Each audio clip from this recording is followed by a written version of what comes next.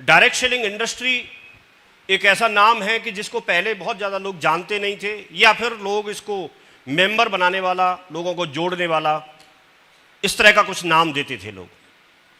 लेकिन आपको जानकारी होगी कि इसको गवर्नमेंट ने रिकॉग्नाइज किया है, इसके लिए नियम बना दिए गए हैं, इसके लिए रूल एंड रेगुलेशन सब कुछ तैयार हो गया है। और आज की डेट में जैसे बाकी की इंडस्ट्री है वैसे ये डायरेक्ट सेलिंग इंडस्ट्री है। आप इसके बारे में आप गूगल पे जाके सर्च कर सकते हैं, उनकी साइट पे जाके सर्च कर सकते हैं। गवर्नमेंट के जो सर्टिफिकेट है, जो प्रमाण है, वो सारे ले सकते हैं। कंपनियां बहुत सारी हैं, लेकिन आप लोग इसमें अवेयरनेस होनी चाहिए। क्यों करें, क्या करें, इसके लिए थोड़ा सा हमें ध्यान देने की ज़रूरत है। सॉरी, नेटवर्क मार्केटिंग भी इसको बोला जाता है। तो नेटवर्क मार्केटिंग का भविष्य क्या है? क्योंकि आप देखेंगे तो लोगों को नौकरियां मिल नहीं रही, खेती बढ़ेगी नहीं, कम होती जा रही है, हाईवे निकल रहे हैं या फिर कॉलोनियां बन रही हैं। और उस कंडीशन में आप पढ़ाई लिखाई करने के बाद भी आपको खुद मालूम है कि आप कितनी सारी पढ़ाई करेंगे, पॉपुलेशन बढ़ रही है, तो कहाँ जाकर के कैसे क्या नौकरी मिलेगी। तो इसलिए आपने देखा होगा बहुत सारे स्टार्टअप्स शुरू हो गए, बहुत सारे लोगों ने अपने यूट्यूब पे चैनल बना के कुछ करना शुरू कर दिया, कुछ क्रिएटर बन गए। अलग अलग तरह की चीज़ें हमारे यहाँ पर जन्म ले रही हैं। आपने देखा है ऐसा? प्रधानमंत्री जी ने भी अभी क्रिएटर्स को बुलाया था, शायद आपने ध्यान दिया हो। तो ये एक नई इंडस्ट्री डेवलप हो रही है सब कुछ, और ये समय का बदलाव है। और समय के बदलाव के साथ अगर हम नहीं बदले तो हमारे साथ में बहुत बड़ी दिक्कत हो सकती है, क्योंकि समय जैसा समय चल रहा होता है उस हिसाब से हमको भी बदलना होता है। नहीं बदलेंगे तो हम बहुत पीछे रह जाएंगे। जैसे आपने HMT घड़ी का नाम सुना होगा, आपने नोकिया मोबाइल फ़ोन का नाम सुना होगा, तो आपने मर्फी रेडियो होता था और एटलस की साइकिल और ये सब हुआ करती थी। तो ये बहुत पीछे रह गए। आपने देखा होगा बहुत HMT की घड़ी मार्केट में उसी का पूरा कब्जा था, और उसके बगैर मेरे ख्याल में शादी कोई होती नहीं थी। 2-3 चीज़ें तो बहुत कॉमन रहती थी, लेकिन वो चीज़ें पीछे रह गई। क्यों? समय के हिसाब से उन्होंने नहीं बदला। तो ये मशीनी युग है जहाँ पर अभी हम और आप काम कर रहे हैं। आप देखते हैं कि कोई एक सिक्योरिटी गार्ड के लिए उसको जॉब मिली हुई है और गेट पे बैठा रहता है, तो उसका परिवार उससे चल रहा है, लेकिन वहाँ पर भी एक रोबोट खड़ा कर दिया जाएगा। आपने कई जगह देखा होगा।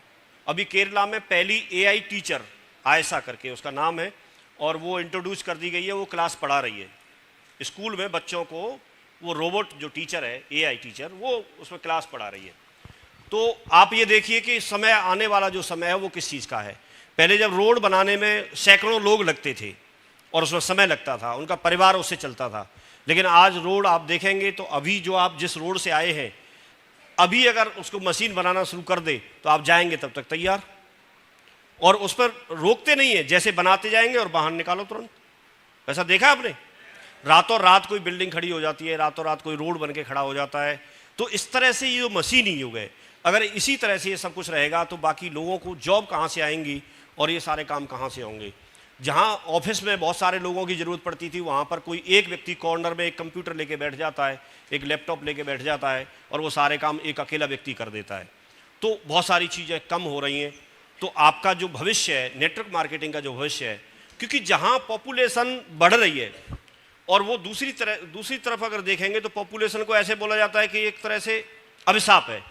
मतलब ज़्यादा बढ़ेंगे लोग तो उनको कहाँ से खाने को आएगा, कहाँ से क्या क्या चीज़ें कैसे मिलेंगी। लेकिन एक डायरेक्ट सेलिंग एक ऐसी जगह है कि जहाँ पर आप जितनी पॉपुलेशन बढ़ रही है उतना उसके लिए तो वरदान है। आप सारी जगह आप देखेंगे तो वहाँ पर कुछ वैकेंसी होती हैं, कहीं 100 वैकेंसी हैं, 1000 वैकेंसी हैं, 2000 वैकेंसी हैं, 4000, 10,000, 20,000, 50,000, लाख हो सकती हैं, लेकिन उसका जरूर कोई एक लिमिट होगी। लेकिन डायरेक्ट सेलिंग में क्या कोई ऐसी लिमिट है? आप कितने भी ज्वाइन करा सकते हैं।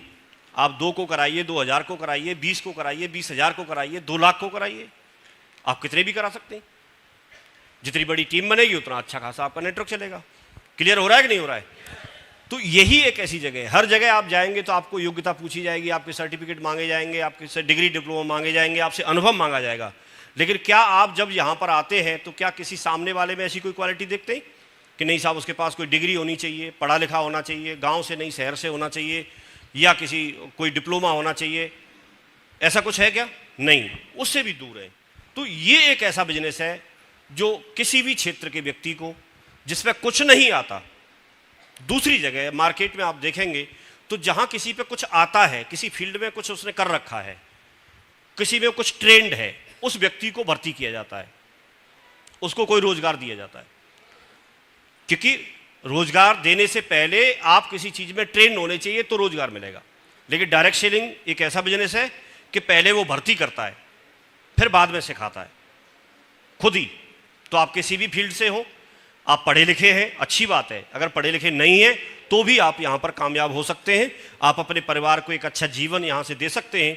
ऐसा जरूरी नहीं है कि जैसे आप यहाँ पर हर व्यक्ति आने के बाद ये बोल रहा था, राहुल जी ने बोला, वर्मा जी ने बोला, शर्मा जी ने बोला कि आपका यहाँ से जीवन बदल जाएगा। ऐसा जरूरी नहीं है। मैं तो ये मानता हूँ कि जीवन बदलने की बात नहीं है। अगर कोई व्यक्ति कहीं से 50,000 रुपये महीने कमाता है, 40,000 रुपये महीने कमाता है या 30,000 रुपये महीने कमाता है, वो अपनी मेहनत करता है, 8 घंटे की ड्यूटी करता है। अगर 2 घंटे 3 घंटे एक्स्ट्रा टाइम निकाल लेता है, अगर 2-3 घंटे एक्स्ट्रा टाइम निकाल लेता है और एक्स्ट्रा टाइम निकाल के अगर वो 10,000 रुपये महीने भी कमाना शुरू कर दे, तो जो 40,000 रुपये महीने कमाता था, अगर 10,000 रुपये महीने और उसके परिवार में इनकम होती है, तो उसके बच्चे हो सकता है ट्यूशन पढ़ने नहीं जा पा रहे थे, ट्यूशन पढ़ लें, एक अच्छे स्कूल में पढ़ लें, एक अच्छी वो ड्रेस नहीं ले पा रहे थे वो ड्रेस ले लें, छुट्टियां मनाने नहीं जा पा रहे थे छुट्टियां मना के आ जाएं। और वही 10,000 धीरे धीरे जब काम बढ़ता है तो 20,000 रुपये महीने में कन्वर्ट हो जाती है, 30,000 रुपये महीने में कन्वर्ट हो जाती है, 50,000 रुपये महीने में कन्वर्ट हो जाती है। और वही इनकम आपके परिवार में एक दिन लाखों रुपये महीने की इनकम बन सकती है।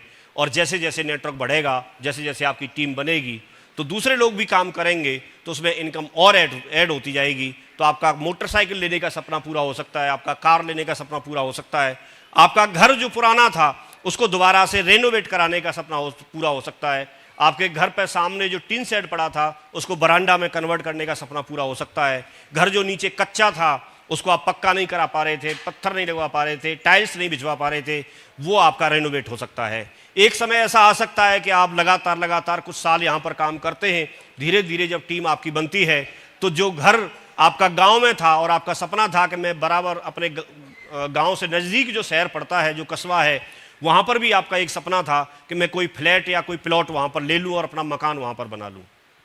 तो धीरे धीरे कुछ साल के बाद में आपका ये सपना भी धीरे धीरे पूरा हो सकता है। तो ये बिजनेस है और बिजनेस के तरीके से ही चलेगा। यहाँ पर ऐसा कोई चमत्कार नहीं है कि तुरंत आपका कोई जीवन बदलेगा। आप इसको बिजनेस के तरीके से करिए, आप प्रोसेस शुरू करिए। प्रोसेस को हम आज समझते हैं। मैं यहाँ पर अगर हूँ तो मैं कोई ऐसा नहीं है, मेरे अंदर कोई ताकत नहीं है या किसी भी व्यक्ति के अंदर ऐसी कोई ताकत नहीं है कि आप यहाँ पर आएंगे और आप जुड़ेंगे। जुड़ना एक बहुत आसान प्रोसेस है। आप कोई भी प्रोडक्ट लेते हैं तो बहुत आसान है और इसको छोड़ना भी बहुत आसान है। आप मत आइए बिजनेस में तो आपका गया क्या, लगता नहीं है आपका कुछ भी। आपने 10,000 रुपये दिए, 10,000 रुपये का कोई सामान लिया, आपने उसको इस्तेमाल किया, उसके बाद आपका गया क्या? दुकानदार से कोई सामान आपने खरीद लिया तो आपका क्या गया? तो आप इसको छोड़ के भी बैठ सकते हैं। लेकिन आज आपको सीरियसली समझने की और थोड़ी चीज़ों को ना समझने की ज़रूरत है। आप इसमें जुड़े हैं तो जुड़ना कोई बहुत बड़ी बात नहीं है, कोई भी जुड़ जाएगा। कौन सी बड़ी बात हो गई जुड़ने से? एडमिशन लेने मात्र से आप कोई बहुत बड़े मतलब डिग्री नहीं ले लेते।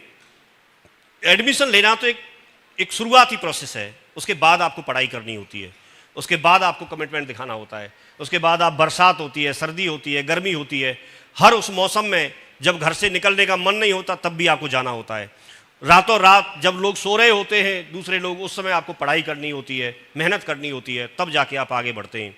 तो ठीक वैसे ही यहाँ पर ज्वाइनिंग लेना तो एक बात थी, बस आपने ज्वाइनिंग ले ली और वो कोई बहुत बड़ी बात नहीं है, कोई भी व्यक्ति ले सकता है। तो ज्वाइनिंग लेना कोई मैटर नहीं करता, या ज्वाइनिंग लेने से हम लोग यहाँ पर सफल नहीं हो जाते। हम दूसरे लोगों को देख करके प्रेरित तो हो सकते हैं, लेकिन मैं समझता हूँ किसी को देख करके प्रेरित होना अच्छी बात है। एक यहाँ पर आपका मोटिवेशन लेवल बढ़ा हुआ है, लेकिन मैं मोटिवेशन की बात नहीं कर रहा हूँ। व्यक्ति जिंदगी में आगे वो बढ़ता है जो अनुशासित होता है। आप मोटिवेशन तो एक ऐसा होता है कि आज आप यहाँ पर हैं और यहाँ तक मोटिवेट आप हो जाए और इतने ऊंचाई के लेवल पे आप उत्साहित हों, एक्साइटेड हों और आप बहुत दमदारी से काम करें, लेकिन ये एक समय के बाद में कम हो जाएगा। ये टेम्परेरी होता है। आप यहाँ पर मोटिवेट हैं, जैसे ही बाहर जाएंगे तो धीरे धीरे करके आपका ये डाउन होता जाएगा। तो मोटिवेशन एक टेम्परेरी चीज़ होती है, लेकिन जब आप एक अनुशासित होते हैं, मोटिवेट आप किसी मूवी में किसी एक्टर को कोई बढ़िया काम करते हुए देख करके मोटिवेट हो सकते हैं। आप किसी को स्टेज पे बढ़िया भाषण देते हुए देख करके आप मोटिवेट हो सकते हैं। आप किसी टीचर को, अगर आपका किसी सब्जेक्ट में इंटरेस्ट है तो टीचर को अच्छे से पढ़ाते हुए किसी क्वेश्चन को ठीक से सॉल्व करते हैं, क्लास में आपने देखा होगा, हम मोटिवेट हो जाते हैं, हम प्रभावित हो जाते हैं। ऐसा होता है कि नहीं होता है?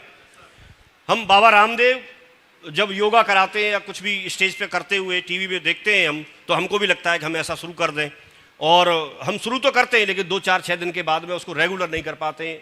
हम कई बार ऐसा डिसीजन लेते हैं कि हम शाम को रोज़ाना टहलेंगे, टहलने जाते भी हैं, हम शुरू तो करते हैं जूते बूते कस के टाइट करके अपने 2-4 लोगों को साथ लेकर के, और हम जाते हैं, शुरुआत करते हैं सुबह या शाम में, समय निकालते भी हैं, लेकिन 2-4 दिन के बाद फिर ऐसे ही हो जाता है। हम कई बार डिसीजन लेते हैं कि हम सुबह जल्दी जगेंगे। हर बार हमने कोई ऐसा वीडियो देख लिया कि ब्रह्म मुहूर्त में जगना बहुत ज़रूरी है, आप 3 बजे 4 बजे जगते हैं तो आप स्वस्थ रहेंगे, तो आपको लगता है कि हाँ ये बहुत अच्छी बात है, और आप शुरू भी करते हैं लेकिन उसको कंटिन्यू नहीं कर पाते। तो आपका अनुशासित होना किसी भी क्षेत्र में, ऐसे ही किसी को देख करके या किसी की उपलब्धि को देख करके आप इस बिजनेस की शुरुआत तो करते हैं लेकिन उसको रेगुलर नहीं कर पाते, जबकि अनुशासित होना, रेगुलर करना बहुत ज़रूरी है। आप मान के चलिए शर्मा जी के पास कोई उपलब्धि है, या मेरे पास कोई उपलब्धि है, या किसी और के पास कोई उपलब्धि है, उससे आपको क्या मिलता है? आपको तो कुछ नहीं मिला। मान के चलिए डॉक्टर साहब अगर विदेश घूम के आए तो उसका अनुभव तो उन्होंने किया, हमें तो क्या मिला? या मान के चलिए मैं पैसा कमाता हूँ इससे, ठीक है, मैं लाखों करोड़ों की इनकम अगर मैं करता भी हूँ और मैं दिखा भी दूँ, उससे क्या फ़र्क पड़ता है? आपको क्या मिला? तो आपको तो ये जानने की ज़रूरत है, और आपको ये सवाल पूछने की ज़रूरत है हर उस व्यक्ति से जो स्टेज पे है, बोला सर आपके पास तो आ गया लेकिन ये हमारे पास कैसे आएगा, ये बताइए। और ये ज़रूरी है, और यही समझना ज़रूरी है। और इसमें से अगर आप अपने लिए कुछ ले पाते हैं, अपने लिए अगर कुछ कर पाते हैं, तो वही महत्वपूर्ण है। और ऐसा अगर कुछ आप कर पाते हैं तो आपने यहाँ पर समय दिया है, आपने 2-4 घंटे आने में लगाए होंगे, 2-4 घंटे रात तक पहुँचेंगे आपको यहाँ पर खाना भी हो सकता है प्रॉपर नहीं मिल पाया हो, भीड़ भाड़ में सब ऐसे ही होता है, व्यवस्था इतनी नहीं बनती है, और उसके बावजूद भी आप यहाँ पर बैठे हैं, लगातार बैठे हैं सुबह से। हम लोग तो बाद में आए, उससे पहले आप 2-3 घंटे पहले से ही शायद बैठे होंगे, लगातार आप वेट कर रहे हैं, और उसके बाद जब आप जाएंगे तो ये ज़रूरी है कि आप इसमें से क्या ले पाते हैं। तो आप उस चीज़ को आप देखिए, उस चीज़ को आप नोट करिए और उसको करने का प्रयास करिए, और हर उस ऐसी चीज़ को आप ढूंढिए। सबसे पहले आपका दिल गवाही देना चाहिए, आपके अंदर से आवाज़ आनी चाहिए कि हाँ ये बिजनेस सही है और मैं इसको कर सकता हूँ। जब तक आपके अंदर से ये आवाज़ नहीं है तब तक आप इस बिजनेस के बारे में सर्च करिए, तब तक आप इसके डॉक्यूमेंट्स को देखिए, तब तक आप अपने अपलाइन के पास कराया उनसे सवाल कीजिए और सारी चीज़ों को समझिए क्या ये सही है। क्योंकि जब आप समय देंगे और जब थोड़ा आप आगे निकल जाएंगे, तो कई बार क्या होता है कि जब आप बीच नदी में आप पहुंच गए तो वापस होने में भी मेहनत करनी होती है। जब आप आगे बढ़ जाते हैं तो कहीं ऐसा आगे ना बढ़ जाएं जिसको आप चाह नहीं रहे थे और उसमें आप आगे बढ़ गए। तो शुरुआत करने से पहले आप सारी चीज़ों को देखिए, समझिए। मेरा प्रयास रहेगा कि मैं कुछ बातें आपको बताने का प्रयास करूंगा। सारी बातें, एक बिजनेस बहुत बड़ा है, इसकी बातें बहुत बड़ी हैं। मैं भी पिछले 21 साल से इस बिजनेस में हूँ, तो सब कुछ तो आपको ये 1-1.5 घंटे में यहाँ पर नहीं बता सकते, लेकिन मेरा प्रयास रहेगा कि कुछ बातें आपके साथ में जरूर शेयर करूँ। तो हम इससे रिलेटेड बातें यहाँ पर शेयर करेंगे कि नेटवर्क मार्केटिंग का भविष्य क्या है, नेटवर्क मार्केटिंग क्यों करें और इसको कैसे करें। तो कैसे करें वाली बात पे हम आज यहाँ पर बोलेंगे, और भविष्य क्या है और क्यों करना चाहिए, उसके लिए थोड़ा सा यहाँ पर एक वीडियो है, इसका साउंड देंगे और मैं उसको चलाता हूँ। पावरफुल है जिस इंडस्ट्री में आपने कदम रखा है, इस इंडस्ट्री को डायरेक्ट सेलिंग इंडस्ट्री या नेटवर्क मार्केटिंग भी बोलते हैं। ये इंडस्ट्री उतनी बड़ी नहीं है जितनी बड़ी हम इसे समझते हैं, या उतनी बड़ी भी नहीं है जितनी बड़ी हमने देखी है। जैसे उदाहरण के लिए, जैसे आज आप यहाँ पर आए हैं तो आज से पहले आपने बिजनेस प्लान देखा होगा तो किसी ने संडे की मीटिंग में देखा होगा, किसी ने घर पर देखा होगा, किसी ने रास्ते चलते हुए देखा होगा। तब आपकी नज़रों में बिजनेस कितना बड़ा होगा, उतना ही बड़ा जितना बड़ा आपने देखा होगा। अगर आपको घर पे प्लान दिखाया गया तो आपको समझ में आया कि इतना बड़ा है, अच्छा। फिर आपने अगर मीटिंग में जाके देखा, संडे को मीटिंग में जाके किसी मैरिज हॉल में, किसी पार्टी में, किसी फंक्शन में, तो आपको लगा कि इतना बड़ा है। लेकिन आज आप यहाँ पर आए हैं तो आज आपने इसका थोड़ा विशाल रूप देखा, तो आज आपको क्या लग रहा है, बिजनेस तो हम जितना समझते थे उतना बड़ा नहीं है, उससे भी बड़ा है। ऐसे लगा कि नहीं लगा? लेकिन मैं आपसे एक प्रश्न पूछना चाहता हूं, क्या फाइनल कितना बड़ा है वो आपने देख लिया? फाइनल क्या जो आज आपने देखा यही इतना ही बड़ा है? नहीं। फाइनल देख लिया? अभी नहीं देखा है, तो फिर कितना बड़ा है? हाँ, हम जितना देखते हैं उतना ही समझते हैं कि उतना बड़ा है, लेकिन जितना हमको पता है उतना बड़ा बिजनेस नहीं है। उससे भी कई हजार गुना ज्यादा बड़ा बिजनेस है, उससे भी कई हजारों गुना ज्यादा बड़ा बिजनेस है। ये बिजनेस के बारे में आप देखोगे, इसकी पावर को देखने के बाद हम और आपकी तो बात छोड़ो, भारत सरकार को समझ में आ गया कि डायरेक्ट सेलिंग इंडस्ट्री आने वाले समय का उभरता हुआ ट्रेंड है। पूरी दुनिया में बिजनेस चल रहा था, ये जिस तरह दुनिया की बाकी इंडस्ट्रियां काम करके दुनिया में ढेर सारे मिलियनियर बना के दिए, चाहे आईटी इंडस्ट्री हो, चाहे टेक्सटाइल इंडस्ट्री हो, चाहे ऑटोमोबाइल इंडस्ट्री हो। उसी तरह डायरेक्ट सेलिंग इंडस्ट्री ने भी दुनिया को ढेर सारे मिलियनियर और बिलियनियर बना करके दिए हैं। आज बात करते हैं, गवर्नमेंट ऑफ इंडिया ने देखा इसकी पावर को, समझा, तो एक मॉडल गाइडलाइन जारी कर दी सितंबर 2016 में कि अब भारत में भी बिजनेस पनपना चाहिए। आप देखोगे 2010, 11, 12, 13, 14, 15 के कुछ डाटा हैं तो लगातार टर्नओवर भारत में बढ़ता चला जा रहा है डायरेक्ट सेलिंग इंडस्ट्री का। ये टर्नओवर तब भी बढ़ रहा है जब आपने प्लान देखा हो या ना देखा हो। चाहे किसी भी वर्ग का व्यक्ति हो, चाहे महिलाएं हो, चाहे गर्ल्स हो, चाहे एजुकेशन में हो के फील्ड से हो, चाहे बिजनेस प्रोफेशनल्स हो, चाहे एडमिनिस्ट्रेशन के क्षेत्र से हो, चाहे सिविल से हो, कोई भी हो, आज हर व्यक्ति इस बिजनेस में अपना करियर देख पा रहा है और कोई भी कर भी सकता है। इतना जबरदस्त बिजनेस है। इस बिजनेस के बारे में पोटेंशियल को अगर आप देखोगे तो आज की डेट में इस बिजनेस के अलावा हर आदमी का सपना है, ड्रीम है कि अपने बच्चों को अच्छी एजुकेशन मिले ताकि उनका करियर अच्छा बन सके। हर एक का ड्रीम होता है कि नहीं होता है? स्टूडेंट बैठे होंगे तो सबका ड्रीम होगा, कोई आईआईटी करना चाहता है, कोई इंजीनियर बनना चाहता है, कोई मेडिकल में जाना चाहता है, सीए करना चाहता है, कुछ ना कुछ बनना चाहता है। ऐसे ही एजुकेशन की फील्ड में हो या किसी भी फील्ड में जाना चाहता है। ऐसे ही माँ बाप भी हैं, वो भी अपने बच्चों को अच्छा पढ़ाना चाहते हैं। वो भूखा रह लेंगे, कर्जा ले लेंगे, जमीन बेच देंगे, खेत बेच देंगे, डबल मेहनत करेंगे, लेकिन बच्चों को अच्छा पढ़ाते हैं। बोलो हाँ कि ना? कितने लोग एग्री इस बात से? हर आदमी अपने बच्चों को पढ़ाना चाहता है, अच्छी एजुकेशन दिलाना चाहता है। लेकिन दिलाने के बावजूद भी अगर बात करेंगे तो किसी भी, आज भारत में टॉप 10 हाईएस्ट पेइंग जॉब्स हैं भारत के अंदर। सीए की बात करें, मैनेजमेंट प्रोफेशनल्स की बात करें, आईटी सॉफ्टवेयर इंजीनियर्स की बात करें, इन्वेस्टमेंट बैंकर्स, एक्चुअल साइंस के कॉस्ट एस्टिमेटर्स, फाइनेंशियल सर्विसेज को लेके गवर्नमेंट जॉब्स में थोड़े हाई प्रोफाइल वाले, और मार्केटिंग रिसर्चर और लीगल एडवाइजर्स वगैरह। ये कुछ फील्ड हैं जहां पर आदमी अच्छी सैलरी हासिल कर सकता है और आगे बढ़ सकता है। लेकिन क्या यहां पर अगर आदमी मेहनत करता है और बहुत मेहनत करता है तब जाके जॉब हासिल करता है, तो देखें इनका पैकेज कितना है। तो आप देखोगे आईटी के अंदर अगर जाओगे तो पैकेज की शुरुआत हो रही है 5 लाख रुपए से। एनुअली की बात कर रहा हूं, महीने का नहीं, एनुअली एवरेज की बात कर रहा हूं। किसी पर्टिकुलर व्यक्ति का नाम नहीं ले सकते। किसी पर्टिकुलर व्यक्ति की बात बोलोगे सर उसको 50 लाख मिलता है साल का, तो आपको 2 लाख कमाने वाले भी मिल जाएंगे। बोलो मिलेंगे कि नहीं मिलेंगे? एवरेज की बात कर रहे हैं। ऐसे ही आप मार्केटिंग के क्षेत्र में जाओगे, वहां भी पोजीशन है। आप लीगल में जाओगे और वहां भी पोजीशन यही है। आप मेडिकल प्रोफेशनल्स को देखोगे और किसी भी दूसरे प्रोफेशनल्स में देखेंगे तो वहां पे जो एवरेज सैलरी है 5 लाख, 6 लाख, 7 लाख, 8 लाख, 10 लाख, 5 से 10 लाख के बीच में रोटेट हो रही है। लेकिन ये सैलरी हासिल करने के लिए भी क्या ये नौकरी को पाना इतना आसान हो गया है? क्या इतना आसान नहीं है। आप देखते हैं अगर वैकेंसी 100 हैं तो अप्लाई करने वाले लाखों में होते हैं। बोलो हाँ कि ना? इतना टफ हो गया है। फोर्स की नौकरी है, सिपाही की भर्ती हो रही है, 100-200 वैकेंसी है, 500 वैकेंसी है, 50-50 लाख लोग तक अप्लाई करते हैं, कोशिश करते हैं, ट्राई करते हैं। मालूम है कि नहीं मालूम है? इस बात को जानते हैं आप सभी। इतना टफ हो चुका है। ये अभी 2-3 दिन पहले की न्यूज है। रोजगार के मुद्दे पर पिछले 6 सालों में 90 लाख नौकरियां घटी हैं, क्योंकि विज्ञान तरक्की कर रहा है। तो विज्ञान तरक्की कर रहा है, टेक्नोलॉजी तरक्की कर रही है, तो नौकरियां बढ़ नहीं रही, नौकरियां घट रही हैं। जो काम पहले 100 लोग मिलकर करते थे वो अकेला काम मशीन कर देती है। जो रोड बनाते थे 100 लोग मिलके रात में। बढ़िया, ग्रेट। तो अब हम देखते हैं कि शुरुआत कैसे होती है। ये यू वाली पोजीशन आपकी होती है जब आप ज्वाइनिंग लेते हैं। तो आपको यहाँ पर देखेंगे तो आप कंपनी से जुड़ते हैं। कंपनी के साथ साथ आपको यहाँ पर एक सिस्टम मिलता है, अपलाइन मिलता है, और सिस्टम आपको एक्टिविटी प्रोवाइड कराता है। अपलाइन आपको गाइड करता है कहाँ कहाँ पर कैसे कैसे क्या होगा। ये आपकी पोजीशन होती है। ये एक स्ट्रक्चर होता है जब भी कोई नया व्यक्ति ज्वाइन करता है, और वहाँ से वो गाइडलाइन लेके, वहाँ से ट्रेनिंग लेके, सीख करके, सिस्टम के साथ मिल करके फिर वो अपनी एक टीम बनाता है। यही होता है। एक शॉर्ट में हम इसको समझें तो समझ में आ रहा है सबको? क्लियर हो रहा है? तो यू वाली पोजीशन आपकी है। लेकिन अब इसमें वही वाली बात है कि जैसे शर्मा जी एक बांसुरी वाली बात बता रहे थे कि उसमें धुन नहीं निकलती, तो धुन उसकी निकलती है जो व्यक्ति सीख लेता है। बांसुरी तो वही है, लेकिन उसको सीखना जरूरी है। अब हम सीखेंगे तो उसमें कितना प्रैक्टिस में टाइम लगेगा। कोई व्यक्ति जल्दी सीख सकता है, कोई व्यक्ति थोड़ा देर भी हो सकती है, लेट भी हो सकता है, लेकिन करना उसको जरूरी है। क्योंकि बांसुरी में से अगर धुन निकालनी है तो उसको बजाना सीखना ही होगा। यस और नो? ठीक वैसे ही डायरेक्ट सेलिंग में भी अगर आपको सफल होना ही है तो आपको इसको सीखना ही होगा। आपको इसको नेचर को समझना होगा। ये लोगों का बिजनेस है।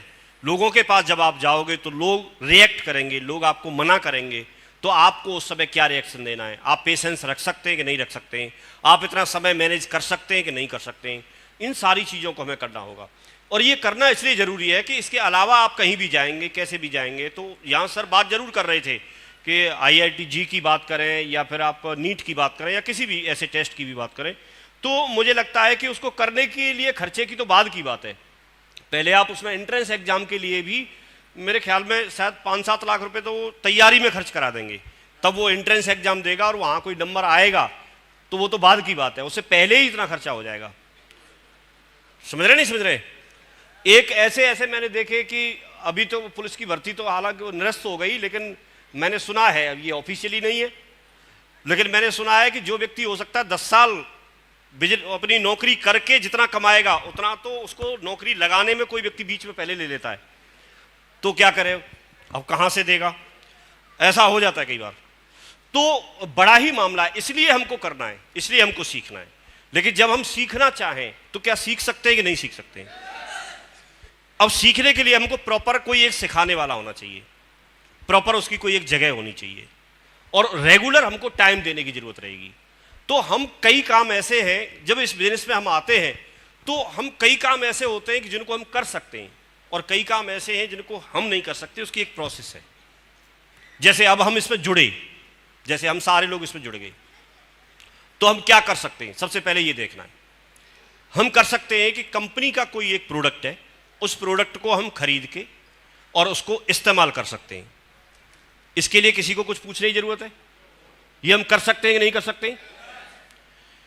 भी कंपनी में जो भी प्रोडक्ट हैं और जो हमारे काम के हैं, जिनकी हमको जरूरत है, वो मार्केट से ना लेके हम यहां से लें और यहां से लेने के बाद उसको इस्तेमाल करें। और जब अगर उससे हमें संतुष्टि मिलती है, हमको लगता है कि प्रोडक्ट अच्छा है, तो उसको फिर हम रिकमेंड करें। रिकमेंड करने के बाद वो व्यक्ति लेगा या नहीं लेगा ये हमारे हाथ में नहीं है, लेकिन किसी प्रोडक्ट को खरीद के इस्तेमाल करना हमारे हाथ में। तो हम बात कर रहे हैं कुछ काम ऐसे जो हमारे हाथ में है और कुछ काम ऐसे जो हमारे हाथ में नहीं है। तो जो हाथ में नहीं है उसके लिए प्रोसेस है, नौकरी मिलेगी या नहीं मिलेगी, पढ़ाई एक प्रोसेस है, मिलेगी या नहीं मिलेगी ये हमारे हाथ में नहीं है। सच है कि नहीं? यस और नो? भाई जितने भी यहां पर नौकरी जो भी कर रहे होंगे, तो क्या वही बनना चाहा था जो आज आप बने हो? 99% लोग, 99.99% लोग ऐसे होंगे जो आज बन चुके हैं, वो बनना नहीं चाहते थे लेकिन बने, क्योंकि कुछ और नहीं है तो चलो ये ठीक है, कुछ तो करेगा व्यक्ति की, फिर एज हो जाती है।